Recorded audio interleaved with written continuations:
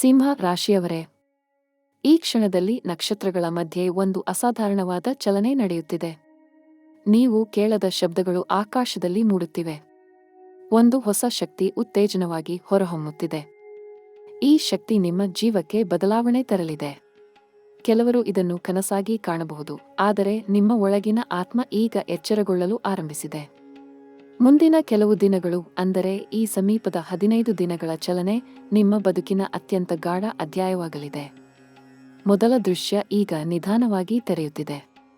ಗುರು ಗ್ರಹದ ಚಲನೆ ನಿಧಾನವಾಗಿ ತನ್ನ ಕರ್ಮಫಲದ ಬಾಗಿಲು ತೆಗೆಯುತ್ತಿದೆ. ಸಿಂಹ ರಾಶಿಯ ಮೇಲುಗೈಗೆ ಇದು ಒಂದು ಅತಿ ಅಪರೂಪದ ಸಮಯ. ಸೂರ್ಯನಂತೆ ನಿಮ್ಮ ಆಲೋಚನೆಗಳು ಹೊಳೆಯುತ್ತವೆ, ಆದರೆ ಶನಿಯ ಕ್ರಿಯೆ ಆಗಿದೆ. ಅದು ಪ್ರತಿಯೊಂದು ಬೆಳಕಿನ ಹಿಂದೆ ಒಂದು ಪರೀಕ್ಷೆಯನ್ನು ಇಟ್ಟಿದೆ. ಈ ಸಮಯದಲ್ಲಿ ನೀವು ಎದುರಿಸಬೇಕಾಗಿರುವುದು ಕೇವಲ ಪರೀಕ್ಷೆ ಅಲ್ಲ, ಅದು ಆತ್ಮದ ಪರೀಕ್ಷೆ. ಮುಂದಿನ 7 ದಿನಗಳಲ್ಲಿ ಒಂದು ಕ್ಷಣ ಬರುತ್ತಿದೆ. ಅಲ್ಲಿ ನೀವು ಹಳೆಯ ನಿರ್ಧಾರಗಳನ್ನು ನೆನಪಿಸಿಕೊಳ್ಳುತ್ತೀರಿ. ಹೃದಯದ ಒಳಗೆ ಕಾಣುವ ಸಂದೇಹಗಳು ಗಾಳಿಯಾಗಿ ಹೊರಬೀಳುತ್ತವೆ. ಗುರುನ ಪ್ರಭಾವ ನಿಮ್ಮ ಮಾತುಗಳಲ್ಲಿ ಸತ್ಯವನ್ನು ತುಂಬುತ್ತದೆ. ಯಾರು ನಿಮ್ಮದನ್ನು ಕೇಳಲಿಲ್ಲವೋ ಅವರು ಈಗ ನಿಮ್ಮ ಮಾತಿಗೆ ಅರ್ಥ ಕೊಡುವರು. ಆದರೆ ಇದರ ಹಿಂದೆ ರಾಹುವಿನ ಅದೆಷ್ಟೋ ಕಾವ್ಯಮಯ ಶಕ್ತಿ ಕೆಲಸ ಮಾಡುತ್ತದೆ. ಅದು ಮೊದಲು ಮಂಜುಹಾದಿಯಂತೆ ಕಾಣುತ್ತದೆ, ನಂತರ ಅದು ನಿಮ್ಮ ಬದುಕಿನ ನಿಜವಾದ ದಾರಿ ತೆಗೆಯುತ್ತದೆ. 2ನೇ ಕಟ್ಟೆಯಲ್ಲಿ ಶನಿಯ ಪ್ರಭಾವ ತೀರಾ ಗಂಭೀರವಾಗಿದೆ. ಈ ಸಮಯದಲ್ಲಿ ಮನಸ್ಸಿಗೆ ಭಾರವಾಗಬಹುದು.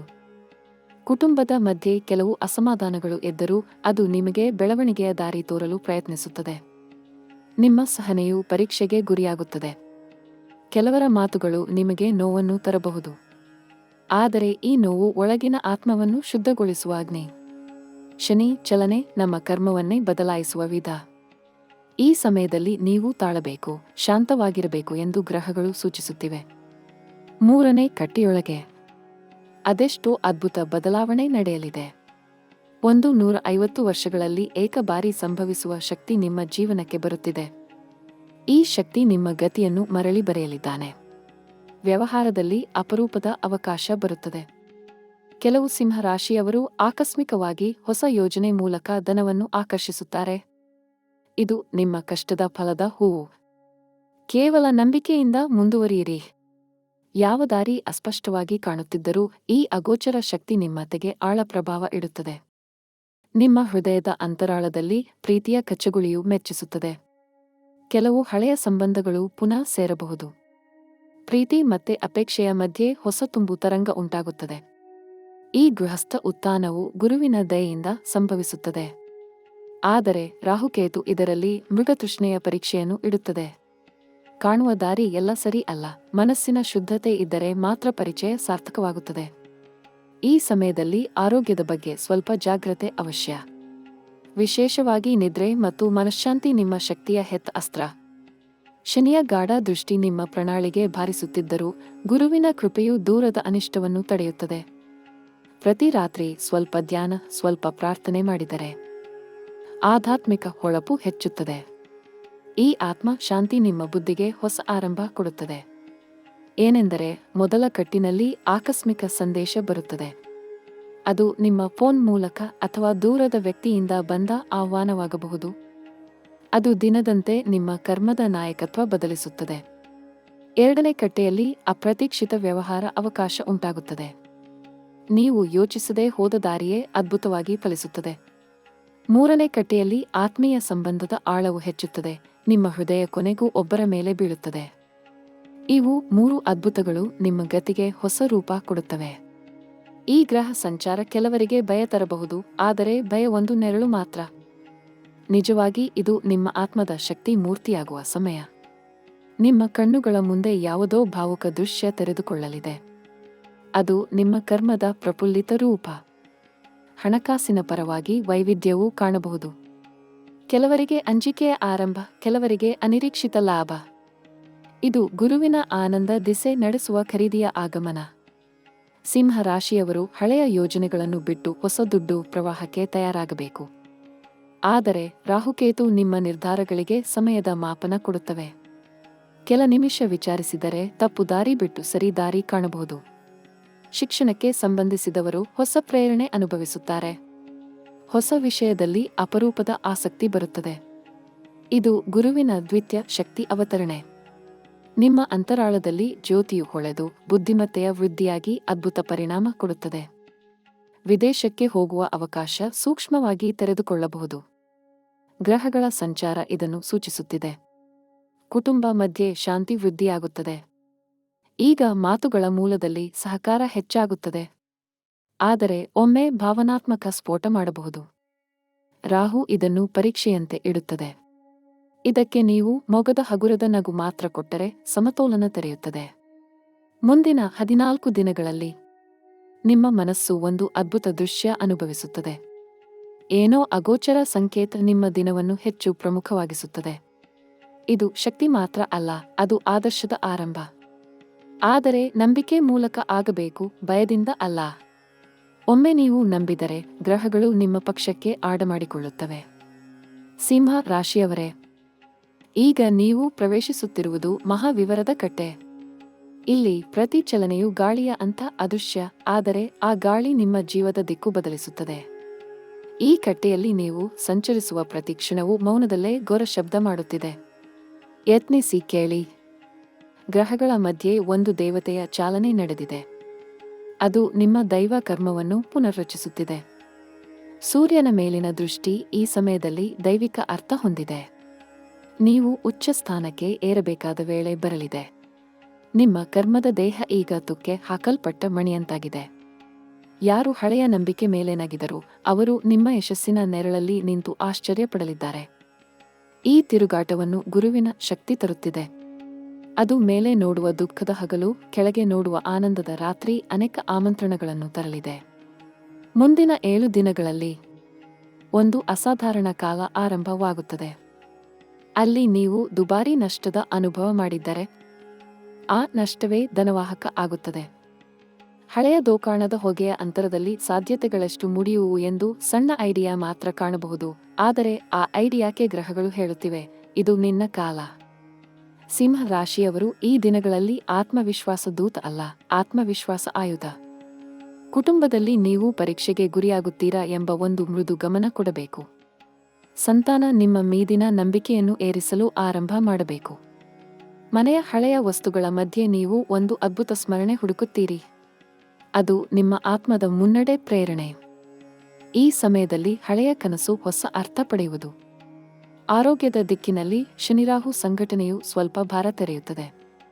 ದೇಹ ಹೆಚ್ಚು ಶ್ರಮ ಮಾಡುತ್ತಿರಬಹುದು, ಮನಸ್ಸಿಗೆ ಸ್ವಲ್ಪ ಆರಾಮ ಅವಶ್ಯ. ಪರೀಕ್ಷೆ ಆಗಮಿಸಬಹುದು, ಆದರೆ ಅದನ್ನು ಭಯದಿಂದ ಮಾತ್ರ ಅಲ್ಲ, ಭಕ್ತಿ ಮೂಲಕ ನಡೆಸಬೇಕು. ನೀವು ಆಹಾರ ಮತ್ತು ನಿದ್ರೆಗೆ ಅರ್ಹ ಸಮಯ ಕೊಟ್ಟರೆ ಆತ್ಮ ಸಮತೋಲನ ಬರುತ್ತದೆ. ಇದು ಗುರುವಿನ ಮೃದು ಕೃಪೆಯ ಎಚ್ಚರಿಕೆ. ನಂತರ ನೀವು ಅಂತರಂಗದಲ್ಲಿ ಒಂದು ಮಹಾವಿಚಿತ್ರ ಅನುಭವ ಮಾಡುತ್ತೀರಿ. ಶನಿ ಚಲನೆಯ ಮೂಲಕ ಕರ್ಮದ ಬಾಗಿಲು ತೆರೆದಿದೆ. ಒಳಗಿನ ಮನಸ್ಸು ತೀರ ಗಾಢವಾಗಿದ್ದರೂ ಹೊಸ ನಂಬಿಕೆ ಮೂಲಕ ನೀವು ತಿರುಗಿ ನಿಂತು ನವ ಆರಂಭ ಮಾಡುತ್ತೀರಿ. ಈ ಕ್ಷಣವು ಬಂದು ಹೋದಂತೆ ಕಾಣುವುದಿಲ್ಲ. ಇದು ನಿಮ್ಮ ಜೀವದ ಕತೆ ತಿರುಗುವ ಬಿಂದು. ಹಣದ ದಿಕ್ಕಿನಲ್ಲಿ ನಿಮ್ಮ ದಾರಿ ಮುಂದುವರಿಯುತ್ತದೆ. ಹಳೆಯ ಕಷ್ಟಗಳು ದುಡ್ಡಿನ ದಾರಿಯೇ ಆಗುತ್ತವೆ. ಒಂದು ನಿರೀಕ್ಷಿತ ಲಾಭ ಇಲ್ಲದಿದ್ದರೂ ಅದು ಅಪ್ರತೀಕ್ಷಿತ ಸಂಪಾದನೆಗೆ ತೆರೆಯುತ್ತದೆ. ನಿಮ್ಮ ಸನ್ನಿವೇಶವನ್ನೇ ಗುರುವಿನ ಆರಾಧ್ಯ ಹಾಗೆ ಬಳಸಿ ಈ ರಾಶಿಗೆ ಅದ್ಭುತ ಆನಂದದ ಅನುಭವ ಕೊಡುತ್ತದೆ. ಆದರೆ ಎಚ್ಚರಿಕೆ ಅವಶ್ಯ. ರಾಹು ಈ ಸಮಯದಲ್ಲಿ ಭಾವನೆಗಳ ಮೇಲೆ ಮೋಹ ಹಾಕಬಹುದು. ಕೆಲವೊಮ್ಮೆ ತಪ್ಪು ಜನರು ಸರಿ ದಾರಿಯಂತಾಗಿ ಬರುತ್ತಾರೆ. ನೀವು ಅಂತರಾಳದ ಆವಾಜ್ ಕೇಳಬೇಕು. ಅದು ಸತ್ಯದ ದಿಕ್ಕು ಹೇಳುತ್ತದೆ. ಆಧ್ಯಾತ್ಮಿಕ ದಿಕ್ಕಿನಲ್ಲಿ ಅದ್ಭುತ ವೃದ್ಧಿ ನಡೆಯುತ್ತಿದೆ. ನಿಮ್ಮ ಕಣ್ಗಳಲ್ಲಿ ದೆವ್ವದ ಅಂಜಿಕೆ ಹೋಗಿ ದೈವದ ಹೊಳಪು ಬರುತ್ತಿದೆ. ಈ ಸಮಯದಲ್ಲಿ ವಿಶ್ವಾಸ ಮಾತ್ರ ನಿಮ್ಮ ಸಹಾಯಕ ಆಯುಧ. ನೀವು ಜಪ ಮಾಡಿದರೆ ಮಾತ್ರ ಒಮ್ಮೆ ಮಾತ್ರ ನಿಮ್ಮ ಆತ್ಮದ ಸರ್ಕಿಟ್ ಹೊಳೆದುಕೊಳ್ಳುತ್ತದೆ. ನೀವು ಅಪ್ಪಿಕೊಳ್ಳುವ ಪ್ರತಿ ಸೂಕ್ಷ್ಮ ಗಾಳಿಯೂ ಈ ದೈವಿ ಕರ್ಮದ ಭಾಗ. 4ನೇ ಕಟ್ಟೆಗಳಲ್ಲಿ ಅದ್ಭುತ ಅಗ್ನಿಯು ನಡೆದಿದೆ. ನೀವು ಅದರಲ್ಲಿ ಹೊತ್ತಿಕೊಂಡರೆ ಹೊಸ ಜೀವದ ಆರಂಭ ನಡೆಯುತ್ತದೆ. ಬೇಯೋ ತಂಕಲ್ಲು ಕಾಣಬಹುದು, ಆದರೆ ಆ ಬೇಯೋ ಹೊಗೆಯಿಂದ ಹೊಸ ಆಕೃತಿ ಮೆಚ್ಚುತ್ತದೆ. ಈ ಆಕೃತಿ ನಿಮ್ಮ ಭವಿಷ್ಯಕ್ಕೆ ಒಂದು ಆಮಂತ್ರಣ, ಒಂದು ಪುನರ್ಜನ್ಮವಾದ ಪ್ರತಿಫಲ. 5ನೇ ಕಟ್ಟೆಯಲ್ಲಿ ಅಪರೂಪದ ದೈವಿಕ ಶಕ್ತಿ ಆಗಮಿಸುತ್ತದೆ. ಈ ಶಕ್ತಿ ಶತಮಾನದಲ್ಲಿ 3 ಬಾರಿ ಮಾತ್ರ ಬರುತ್ತದೆ ಎಂದು ಹೇಳುತ್ತಾರೆ. ನಿಮ್ಮ ಆತ್ಮದ ಅಡಿ ನಿದ್ರೆಯಂತೆ ಇತ್ತು ಇದೀಗ ಎಚ್ಚರವಾಗಿ ಹೊಳುತ್ತಿದೆ. ನೀವು ಕೇಳದ ಸಂದೇಶ, ನೀವು ನೋಡದ ದಾರಿ, ನೀವು ಕಲ್ಪನೆ ಮಾಡದ ಸಾಧನೆ, ಇವು ಒಟ್ಟಾಗಿ ನಿಮ್ಮ ಬದುಕಿನ ಹೆಸರು ಬದಲಾಯಿಸಲಿದೆ. ಸಿಂಹ ರಾಶಿಯವರೇ, ಈ ಅಪರೂಪದ ಆಕರ್ಷಣೆಗೆ ಸ್ವಾಗತ ಮಾಡಿ. ಇದರ ಮುಕ್ತಾಯದ ಕ್ಷಣದಲ್ಲಿ ನಿಮ್ಮ ಮನಸ್ಸು ತುಟಿಗಳವರೆಗೂ ಕಂಪಿಸುತ್ತದೆ. ನೀವು ನಡಿಗೆ ನಿಲ್ಲಿಸಿ ಆಕಾಶದ ಬಾವುಟವನ್ನು ನೋಡಿದರೆ ಅಲ್ಲಿ ನಿಮ್ಮ ಕರ್ಮ ಹಣ್ಣಾಗಿ ಹೊಳೆಯುತ್ತಿದೆ. ಅದು ವಿಚಿತ್ರವಾಗಿ ಸುಂದರವಾಗಿದೆ. ಏನೋ ಮಂಜುಗಳಿಂದ ಮೆಚ್ಚಿತಾದ ಅಗೋಚರ ಸಮಾಧಿ. ಆ ಸಮಾಧಿಯ ಅಂತರದ ಅಲ್ಲಿ ನಿಮ್ಮ ಕಥೆಯ 3 ಪಾತ್ರಗಳು ನಿಂತಿವೆ: ಹಿಂದಿನ ನೀವು, ಪ್ರಸ್ತುತ ನೀವು ಮತ್ತು ಹೊಸದ ನೀವು. ಗುರುವಿನ ದೈವಿ ದೃಷ್ಟಿ ಈ 3 ಪಾತ್ರಗಳನ್ನು ಒಂದಾಗಿ ಸೇರುತ್ತಿದೆ. ಅದಕ್ಕಿಂತ ಉದಾತ್ತ ಆನಂದ ಇಲ್ಲ. ನಿಮ್ಮ ಮಾತುಗಳು ಈ ದಿನಗಳಲ್ಲಿ ಮಹತ್ತರ ಪ್ರಭಾವ ಹೊಂದುವು. ನಿಮ್ಮ ಮೌನವು ಒಂದು ಪ್ರಾರ್ಥನೆ ಆಗುತ್ತದೆ. ನೀವು ಹೋಲುತ್ತಿರುವ ವ್ಯಕ್ತಿಯ ನೆರಳು ನಿಮ್ಮ ಆತ್ಮದ ಪ್ರಬಲ ಸಂಕೇತ. ಪ್ರತಿ ಚಲನೆಯಲ್ಲೂ ನೀವು ತಮಗೆ ಸಮಾಧಾನ ಪಡೆಯುತ್ತೀರಿ. ಈ ಕಾಲದಲ್ಲಿ ನೀವು ಅಳೆದುಕೊಂಡ ದುಃಖ ಉಂಗುರದಂತೆ ಪರಿವರ್ತನೆ ಆಗುತ್ತದೆ. ಅದು ಕಳೆದು ಹೋದ ವಸ್ತು ಅಲ್ಲ, ಅದು ಜನ್ಮದ ಪಾಠ. ಅಂತಿಮವಾದ ಅದ್ಭುತ ಈ ಕಟ್ಟೆಯ ಕೊನೆಯಲ್ಲಿ ನಡೆಯುತ್ತದೆ. ಮಳೆಯ ಹನಿಗಳ ಮಧ್ಯೆ ನಿಮ್ಮ ಮನೆಯ ಒಳಗೆ ಹೋದಾಗ ಅಲ್ಲಿ ಸ್ಮೂತ್ ಆದ ಬದಲಾವಣೆ ಕಾಣುತ್ತೀರಿ. ಅದು ನೂತನ ಪ್ರಣಾಳದ ಆರಂಭ. ಆರ್ಥಿಕವಾಗಿ, ಮಾನವೀಯವಾಗಿ, ಆಧ್ಯಾತ್ಮಿಕವಾಗಿ ನೀವು ಎತ್ತರಕ್ಕೆ ಹೋಗುತ್ತೀರಿ. ಎಲ್ಲವೂ ತಮಗೆ ದೂರದ ಕರಾರಿನ ಹಾಗೆ ಕಾಣಬಹುದು, ಆದರೆ ಆ ಕರಾರು ದೈವದ ಹಸ್ತಾಕ್ಷರ. ನಿಮ್ಮ ಜೀವನದ ಅಂತಿಮ ಅಧ್ಯಾಯಕ್ಕೆ ಬರುವಾಗ ನನ್ನ ಹೃದಯದಿಂದ ನಿಮಗೆ ಒಂದು ಧಾರಾಳ ಆಶೀರ್ವಾದ. ಈ ಗ್ರಹ ಚಲನೆಗಳ ಮಧ್ಯೆ ನೀವು ಸಾಧನೆ ಮಾಡಬಹುದು, ನೀವು ಜಯ ಪಡೆಯಬಹುದು, ನೀವು ನಿಮ್ಮ ಆತ್ಮದ ಪ್ರಭಾವ ಹೆಚ್ಚಿಸಬಹುದು. ಎಲ್ಲ ಅಪಾಯವೂ ಮಾಯೆಯಾಗಲಿ, ಪ್ರತಿ ನಂಬಿಕೆ ವಾಸ್ತವವಾಗಲಿ. ಮುಂದಿನ ಕಾಲದಲ್ಲಿ ನಿಮ್ಮ ಜೀವಕ್ಕೆ ಹೊಸ ಸೂರ್ಯ ಹೇಳಿಸುತ್ತದೆ. ಆ ಸೂರ್ಯ ಹಳೆಯದು ಅಲ್ಲ, ಹೊಸ ಗೌರವದ ಬೆಳಕು. ನಿಮ್ಮ ಮನೆಯ ಮಧ್ಯೆ ಹೊಸದ ಹಾಸುಹೊಕ್ಕು ತಿರುಗಿದೆ. ಹೊಸ ಗಾಳಿಯು ಹೊಟ್ಟಿನೆಯ ಮೆಚ್ಚಾಗಿದೆ. ನೀವು ದೈವದ ಶಕ್ತಿ ಪಡೆಯುತ್ತಿದ್ದೀರಿ. ಗ್ರಹಗಳು ಸಂತೋಷದಿಂದ ನಿಮ್ಮ ಆತ್ಮಕ್ಕೆ ಹಾಡುತ್ತಿವೆ. ಅದು ಮೌನದ ಸಂಗೀತ. ನೀವು ಕೇಳಿದರೆ ಅದು ನಿಮ್ಮ ಆಶೀರ್ವಾದದ ಧ್ವನಿ. ಈ ಧ್ವನಿಯಲ್ಲಿ ನಿಮ್ಮ ದಿನಗಳು ಹೂ ಮೆಚ್ಚುವು, ನಿಮ್ಮ ರಾತ್ರಿ ಪವಿತ್ರವಾಗುತ್ತದೆ. ನಿಮ್ಮ ಬದುಕು ಬೆಳಕಿನ ಅಕ್ಷರಗಳಿಂದ ಬರೆದ ಹೊಸ ಕತೆ ಆಗುತ್ತದೆ. ಸಿಂಹ ರಾಶಿಯವರೇ, ಈ ಆಕಾಶದ ನಕ್ಷತ್ರಗಳು ಇನ್ನೂ ಮೌನವಾಗಿಲ್ಲ. ಗುರುದ ಪ್ರಭಾವ ಇನ್ನೂ ಹೆಚ್ಚಾಗಬೇಕಿದೆ. ಶನಿಯ ನೀಡಲಾಗಿರುವ ಪರೀಕ್ಷೆಗಳು ನಿಮ್ಮ ಆತ್ಮದ ಲೋಹ ಪರೀಕ್ಷೆಯಂತಿವೆ. ಇದೀಗ ನೀವು ಮುರಿಯುವ ಕಲ್ಲು ಅಲ್ಲ, ಹೊಳೆಯುವ ರವಿಕ್ಕು. ನೀವು ಕಳೆದುಕೊಂಡ ಸಂದರ್ಭಗಳು ವಾಸ್ತವದಲ್ಲಿ ದೈವ ನಿವೇಶಗಳು ಆಗಿದ್ದವು. ಈಗ ಅವು ಹೂವಿನ ಮೂಡಿನಂತೆ ಸ್ಫುರಿಸುತ್ತಿವೆ. ಅನೇಕರಿಗೆ ಈ ಕಾಲದಲ್ಲಿ ಮಂದಗಾಳಿ ಹಾಗೆ ಆಶ್ಚರ್ಯ ಒಂದು ಸಂದೇಶ ಬರಬಹುದು. ಒಂದು ದೂರ ಸ್ಥಳದಿಂದ ಆಮಂತ್ರಣ ಕಾಣಬಹುದು. ಚಿಕ್ಕ ಸಂದೇಹ ಹೊಳೆಯುತ್ತಾದರೂ ಅದು ಫಲದಾಯಕ. ನೀವು ಅದರ ಮೇಲೆ ನಂಬಿಕೆ ಇಡುತ್ತಿದ್ದರೆ ರಾಹುಕೇತು ಸಂಯೋಜನೆಯು ಅದನ್ನೇ ನಿಮ್ಮ ಸಾಧನೆಗೆ ದಾರಿ ಮಾಡುತ್ತದೆ. ಈ ಸಮಯದಲ್ಲಿ ಅಂತರಂಗ ಚೈತನ್ಯ ತುಂಬ ಸ್ಪಷ್ಟವಾಗುತ್ತದೆ. ದೈವ ಕರ್ಮದ ಸೂಕ್ಷ್ಮ ನಾದ ಕೇಳಿ ನೀವು ಹೊಸ ದಿಕ್ಕಿನ ಮೇಡಿಯಲ್ಲೂ ಕಾಲಿಡುತ್ತಿದ್ದೀರಿ. ಗುರು ಹೇಳುತ್ತಾನೆ, ನೀವು ಎಬ್ಬಬೇಕು. ಶನಿ ಹೇಳುತ್ತಾನೆ, ಎಚ್ಚರದಿಂದ ಮುಂದುವರಿಯಿರಿ. ರಾಹುಕೇತು ಹೇಳುತ್ತಾರೆ, ಹೆದರಬೇಡಿ, ಒಮ್ಮೆ ತಪ್ಪಿದ ದಾರಿ ಈ ಬಾರಿ ಸರಿಯಾಗಬಹುದು. ಈ 3 ಗ್ರಹಗಳ ಸಂಭಾಷಣೆಯ ಮಧ್ಯೆ ನಿಮ್ಮ ಆತ್ಮದ ಧ್ವನಿ ಎದ್ದಿದೆ. ನೀವು ನಿಜವಾಗಿಯೂ ಬದಲಾವಣೆಯ ಪ್ರಾರಂಭದಲ್ಲಿದ್ದೀರಿ. ಮುಂದಿನ 10-15 ದಿನಗಳಲ್ಲಿ ದೈವಿಯ ವಿದ್ಯುತ್ ಹೋಗುವಂತೆ ಒಂದು ಅಪ್ರತೀಕ್ಷಿತ ಘಟನೆ ಸಂಭವಿಸುತ್ತದೆ. ಅದು ಮೊದಲ ನೋಟದಲ್ಲಿ ಚಿಕ್ಕದು ಎಂದು ಭಾಸವಾಗುತ್ತದೆ, ಆದರೆ ನಿಮ್ಮ ಭವಿಷ್ಯಕ್ಕೆ ಅದ್ಭುತ ದ್ವಾರ ಆಗುತ್ತದೆ. ನೀವು ಹೊಸ ಚಾಲನೆಗೆ ಕೈ ಕೊಡುತ್ತಿದ್ದೀರಿ. ನಿಮ್ಮ ಬದುಕಿನ ಕೊನೆಯ ಹೊಡೆತ ಇಲ್ಲ, ದೈವದ ಹೊಸ ಹಾಡಿನ ಮೊದಲ ತಂತಿ ಆದರೂ ಹೌದು. ಅನೇಕರು ಇದನ್ನು ಸಂಯೋಗ ಎಂದು ಕೊಳ್ಳಬಹುದು, ಆದರೆ ನಿಮಗೆ ಇದು ದೈವದ ಆಮಂತ್ರಣ. ಒಮ್ಮೆ ಸೂರ್ಯ ಹಿಂದೆ ಹೋಗಿದರೂ ಅವನ ಬೆಳಕು ತಾಯ್ಮೆಯ ಹೊಸ ರೂಪ ಹೆತ್ತಿರುತ್ತದೆ. ನೀವು ನಂಬಿಕೆ ಹಿಡಿದರೆ ಪ್ರತಿ ನೆರಳು ನಿಮ್ಮ ಪಕ್ಷಕ್ಕೆ ನಿಂತು ರಕ್ಷಾ ಕವಚವಾಗುತ್ತದೆ. ನೀವು ಆ ದ್ವಾರಕ್ಕೆ ಹೋಗಬೇಕಾಗಿದೆ. ಆ ದ್ವಾರವು ಕಾಲದ ಮೇಲೆ ಬರೆದ ಆಜ್ಞೆ. ಸಿಂಹ ರಾಶಿಯವರೇ, ನಿಮ್ಮ ಹೃದಯದಲ್ಲಿ ದೇವರ ಆಲೋಚನೆ ಆಡುವಂತೆ ಮಾಡಿ. ಯಾವ ದಿನಗಳಲ್ಲಿ ನೀವು ನೋವು ಎದುರಿಸುತ್ತಿದ್ದೀರೋ ಅದು ದೈವದ ಅಭ್ಯಾಸ ಮಾತ್ರ. ಅದು ಮೃದುವಾದ ತರಬೇತಿ, ನೀವು ಮೆಚ್ಚಬೇಕಾದ ಜೀವನದ ಸನ್ನಿವೇಶ. ಮುಂದಿನ ನಿಮಿಷಗಳಲ್ಲಿ ನಿಮ್ಮ ಜೀವದ ಹೊಸ ಪಾಠ ಪ್ರಾರಂಭ ಆಗುತ್ತದೆ. ಇದೀಗ ಆಕಾಶದಿಂದ ಬರುತ್ತಿರುವ ಆ ಸ್ಪಂದನೆ ನಿಮ್ಮ ಹೃದಯಕ್ಕೆ ಹೊಸ ಉಸಿರನ್ನು ಕೊಡುತ್ತಿದೆ. ಈ ಕೆಲವು ದಿನಗಳು ಒಂದು ಮಾರ್ಗದ ಮಧ್ಯೆ ಇರುವುದು ಹಾಗೆ. ಒಮ್ಮೆ ಹಿಂದಕ್ಕೆ ನೋಡಿದರೆ ನೋವು, ಮುಂದಕ್ಕೆ ನೋಡಿದರೆ ಬೆಳಕು. ಅದು ದೈವದ ಆಟ. ನೀವು ಮಧ್ಯದ ದಾರಿಯಲ್ಲಿ ಸಮತೋಲನ ಕಾಪಾಡಿದರೆ ಗ್ರಹಗಳು ನಿಮ್ಮ ಪಕ್ಷಕ್ಕೆ ತಿರುಗುತ್ತವೆ. ಅವರಿಗೂ ನಿಮ್ಮ ಆತ್ಮದ ಮೃದು ಶಾಂತಿಯು ಮೆಚ್ಚುಗೆಗೆ ಗಾರವ ಕೊಡುತ್ತದೆ. ಆಕಾಶದಲ್ಲಿ ಗುರುನ ಪ್ರಭಾವ ಹೆಚ್ಚುತ್ತಿದೆ. ಶನಿ ನೀಡುವ ಪಾಠಗಳು ಮೃದು ಆಗುತ್ತಿವೆ. ರಾಹುಕೇತು ನಿಮ್ಮ ಕಲ್ಪನೆಗೆ ನೇತ್ರ ಕೊಡುತ್ತಿದ್ದಾರೆ. ಈ ಸಮಯದಲ್ಲಿ ಬದುಕಿನ ಮಕ್ಕಳತೆ ಮತ್ತೆ ಶೋಧಕ ಆತ್ಮವಿನಯ ತುಂಬಿಕೊಳ್ಳುತ್ತಿದ್ದೀರಿ. ಎಲ್ಲವೂ ದೈವದ ಸಂಯೋಜನೆ. ನೀವು ನಿರಾಳವಾಗಿ ಹೋದರೆ ಆ ಸಮಯವೇ ನಿಮ್ಮ ಅಭಿವೃದ್ಧಿಯ ಸಂಭ್ರಮವನ್ನು ಸೇರುತ್ತದೆ. ಕೊನೆಯ ಪ್ರಭಾತ ದಿನದಲ್ಲಿ ನಿಮ್ಮ ಮನಸ್ಸು ಅದ್ಭುತ ಶಾಂತಿಯಾಗುತ್ತದೆ. ದೆವ್ವದ ಹೆಜ್ಜೆಗಳು ದೂರ ಹೋದಂತೆ ದೆವ್ವದ ಆಶೀರ್ವಾದ ನಿಮ್ಮ ಮನೆಗೆ ಬರುತ್ತದೆ. ನೀವು ಪ್ರಾರ್ಥಿಸಿದ ಹೆಚ್ಚು ಮಾಡಬೇಕಾದ ಅದ್ಭುತ ಆರಂಭ ಇದು. ಗ್ರಹಗಳ ಭಾಷೆ ದೈವದ ಕವನ. ಅದನ್ನು ಕೇಳಿ ಅದರ ಮೂಲಕ ನಿಮ್ಮ ಜೀವದ ಹೂವಿನ ಸುವಾಸನೆ ಪಂಚಿಕೊಳ್ಳಿ. ಈಗ ಆ ಭಾವನೆಯ ಗಮನದಲ್ಲಿ ನೀವು ನಡುವೆ ನೆರಳಿನ ಮೇಲೆ ಹೋಗುತ್ತಿದ್ದೀರಿ. ಮುಂದಿನ ಚಲನೆ ಅಗೋಚರ ಆದರೆ ದೈವಿಕ. ಸೂರ್ಯನ ತೇಜಸ್ಸು ಹೊಸ ಕಿರಿಯ ಆರಂಭದ ಸೂಚನೆ ಕೊಡುತ್ತಿದೆ. ಶನಿ ಇನ್ನೂ ದೂರದಿಂದ ಸ್ನೇಹದ ನೋಟ ಹಾಕುತ್ತಿದ್ದಾನೆ. ರಾಹುಕೇತು ನಿಮ್ಮ ದಿಕ್ಕಿನ ಮೇಲೆ ಹೊಸ ತೀರ ಆವರಿಸುತ್ತಿದ್ದಾರೆ. ಈ ಅಗೋಚರ ಸಮಯ ನಿಮ್ಮ ಆತ್ಮದ ಹೊಸ ಕತೆ ಆರಂಭ.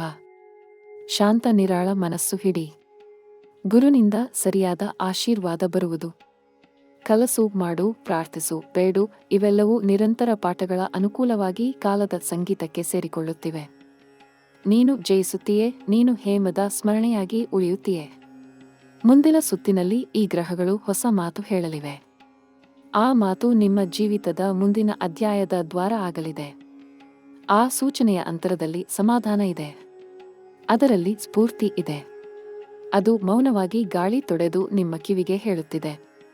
ಇದು ಕೆಲವು ದಿನಗಳ ಆಟ ಮಾತ್ರವಲ್ಲ, ಇದು ನಿಮ್ಮ ಜೀವನದ ಪರಿವರ್ತನೆ. ಆ ಸ್ಪಂದನಕ್ಕೆ ಸ್ವಾಗತ ಹೇಳಿ. ಬದುಕು ಹೊಸಗಾಗಲಿ, ಆತ್ಮ ಹೆಚ್ಚಾಗಲಿ, ಹೃದಯ ಬೆಳಕಾಗಲಿ.